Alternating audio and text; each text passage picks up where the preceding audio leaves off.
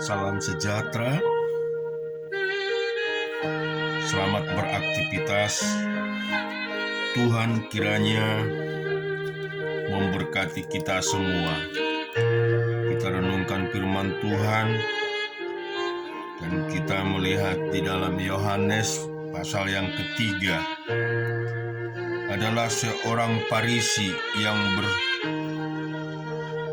bernama Nikodemus, seorang pemimpin agama Yahudi. Ia datang pada waktu malam kepada Yesus dan berkata, "Rabi, kami tahu bahwa Engkau datang sebagai guru yang diutus Allah, sebab tidak ada seorang pun yang dapat mengadakan tanda-tanda yang Engkau adakan itu, jika Allah tidak menyertainya." Yesus menjawab katanya, "Aku berkata kepadamu, sesungguhnya jika seorang tidak dilahirkan kembali, ia tidak dapat melihat kerajaan Allah." Kata Nikodemus kepadanya, "Bagaimanakah mungkin seorang dilahirkan kalau ia sudah tua? Dapatkah ia masuk kembali ke dalam rahim ibunya dan dilahirkan lagi?" Jawab Yesus, "Aku berkata kepadamu, sesungguhnya jika seorang tidak dilahirkan dari air dan roh, ia tidak dapat masuk ke dalam kerajaan Allah. Apakah yang dilahirkan dari daging adalah daging, dan apa yang dilahirkan oleh roh adalah roh. Janganlah engkau heran, karena aku berkata kepadamu, kamu harus dilahirkan kembali. Angin bertiup kemana ia mau, dan engkau mendengar bunyinya, tetapi engkau tidak tahu dari mana ia datang atau kemana ia pergi. Demikianlah halnya dengan tiap-tiap orang yang lahir dari roh."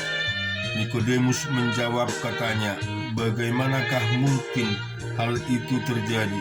Jawab Yesus, "Engkau adalah pengajar Israel, dan engkau tidak mengerti hal-hal itu.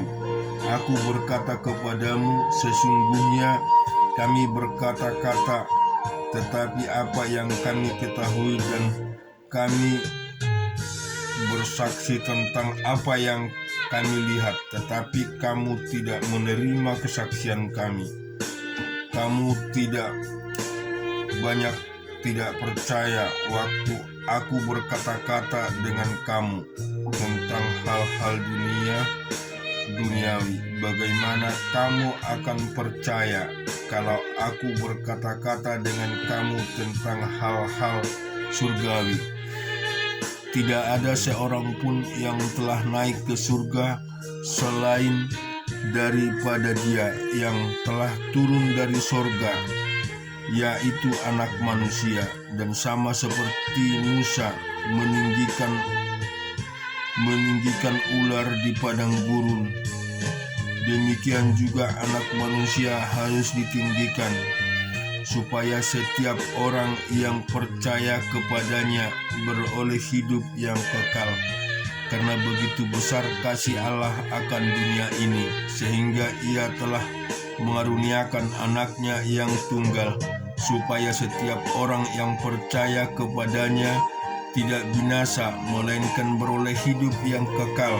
Sebab Allah mengutus anaknya ke dalam dunia, bukan untuk menghakimi dunia, melainkan untuk menyelamatkannya oleh Dia. Barang siapa percaya kepadanya, ia tidak akan dihukum. Barang siapa tidak percaya, ia telah berada di bawah hukum, sebab itu tidak percaya dalam nama Anak Tunggal Allah.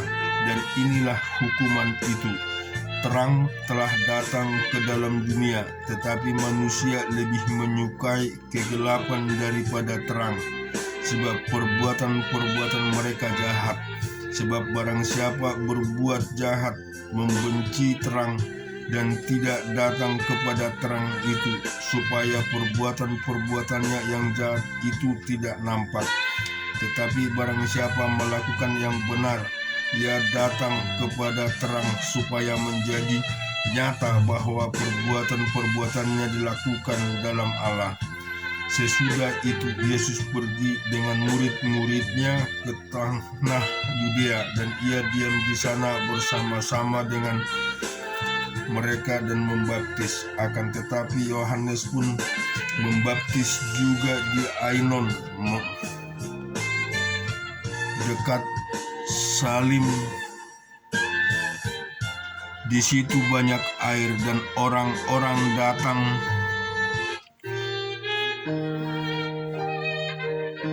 ke situ untuk dibaptis, sebab pada waktu itu Yohanes belum dimasukkan ke dalam penjara. Maka timbullah perselisihan di antara murid-murid Yohanes dengan seorang Yahudi tentang penyucian.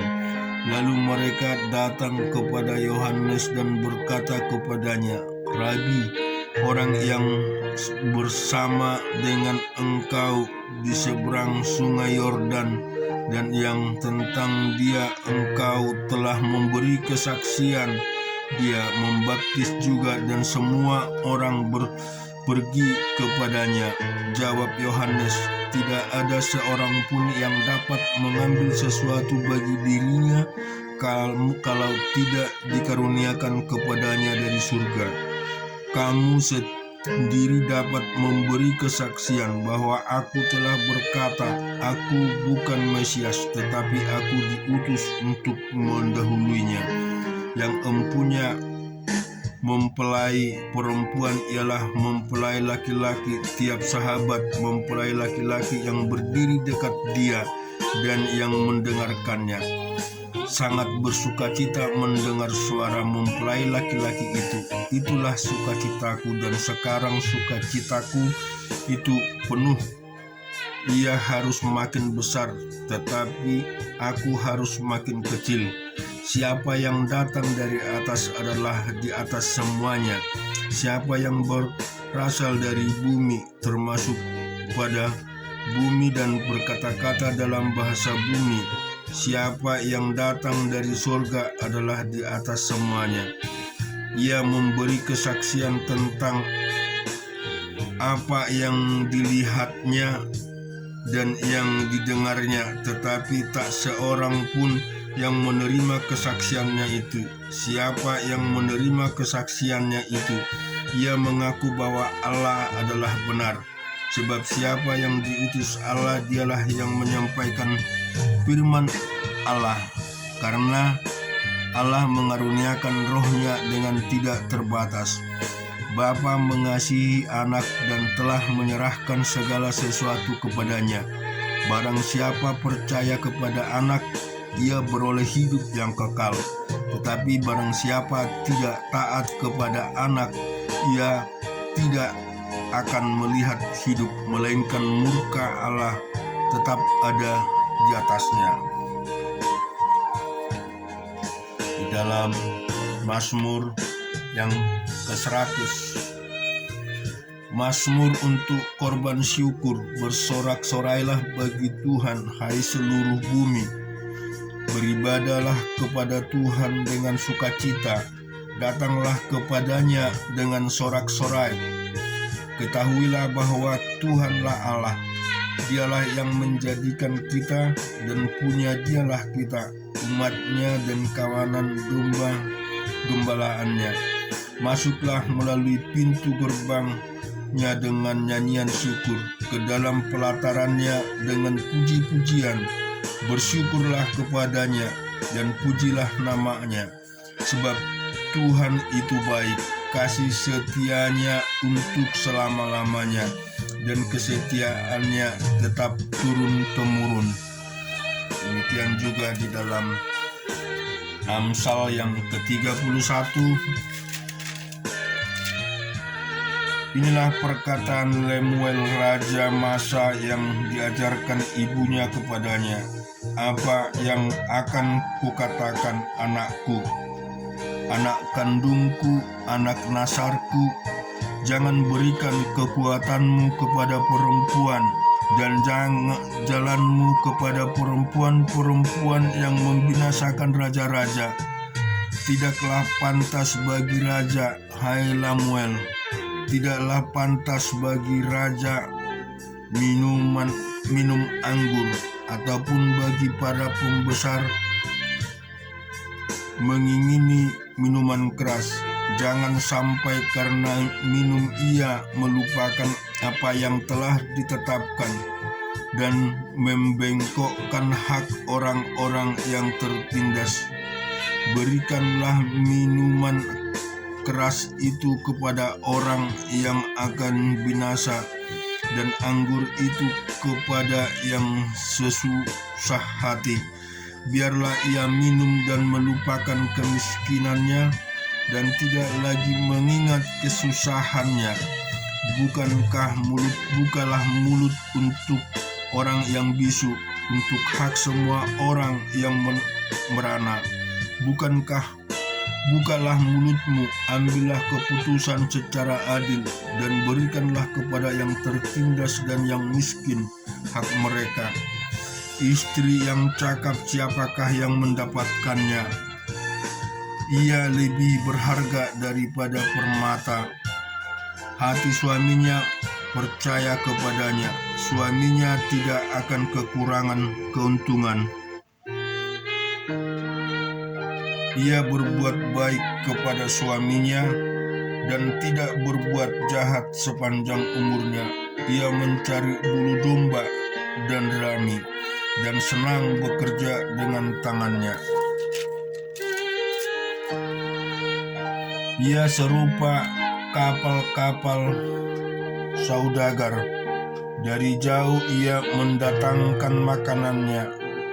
Bangun kalau masih malam, lalu menyediakan makanan untuk seisi rumahnya, dan membagi-bagikan tugas kepada pelayan-pelayannya perempuan. Ia membeli sebuah ladang yang diingininya, dan dari hasil tangannya kebun anggur ditanaminya. Ia mengikat pinggangnya dengan kekuatan. Ia menguatkan lengannya. Ia tahu bahwa pendapatannya menguntungkan. Pada malam hari pelitanya tidak padam. Tangannya ditaruhnya pada jentera. Jari-jarinya memegang pemintal. Ia memberikan tangannya kepada yang tertindas, mengelurkan tangannya kepada yang miskin. Ia tidak takut kepada salju untuk seisi rumahnya, karena seluruh isi rumahnya berpakaian rangkap. Ia membuat bagi dirinya permadani, lenan halus dan kain ungu pakaiannya.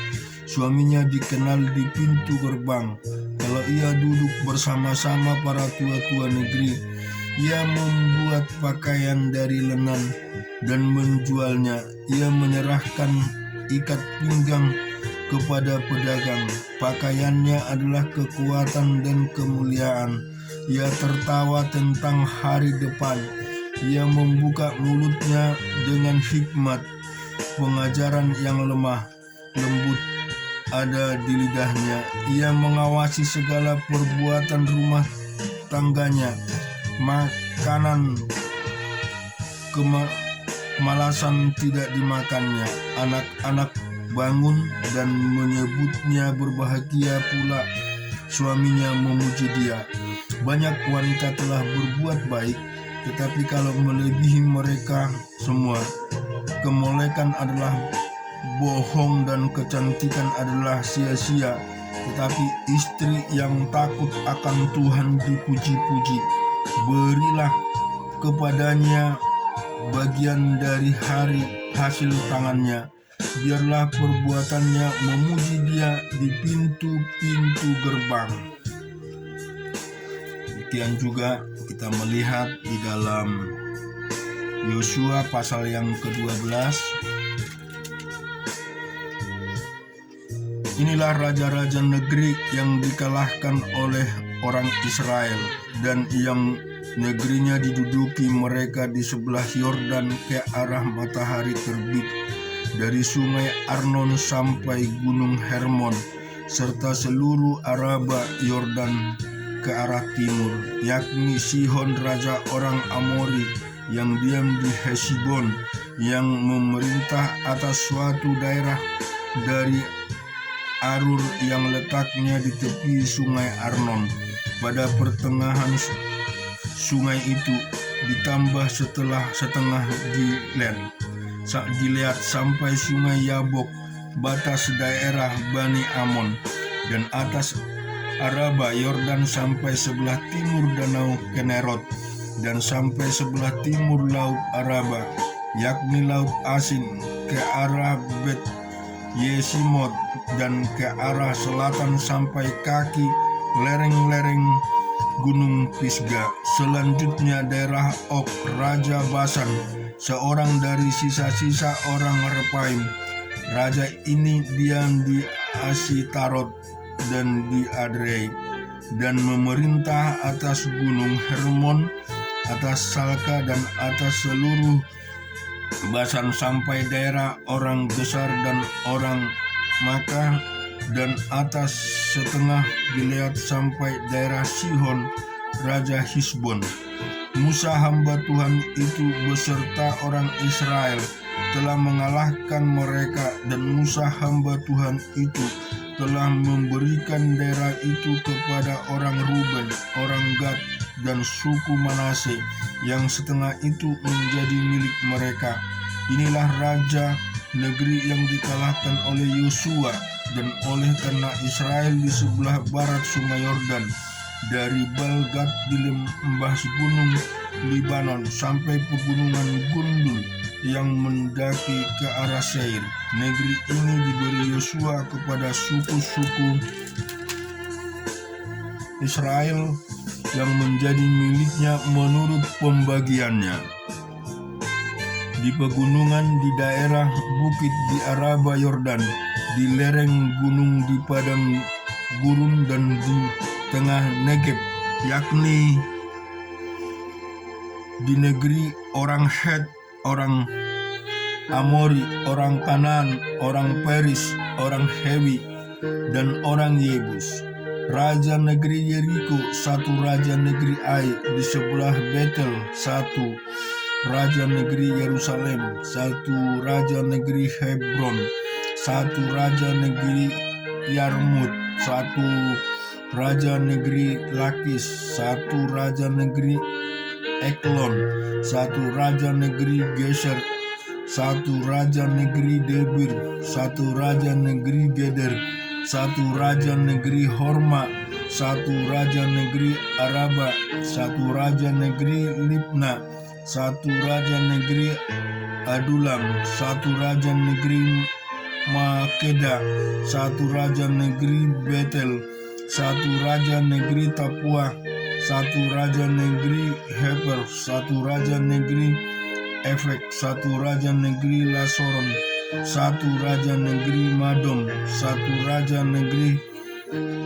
Hazon, satu raja negeri Simon Meron, satu raja negeri Askap, satu raja negeri Taanak, satu raja negeri Megido, satu raja negeri Kades, satu raja negeri Yoneam di dekat Gunung Karmel, satu raja negeri Dor di tanah bukit Dor, satu raja negeri Goyim di Galilea, satu raja negeri Termija, satu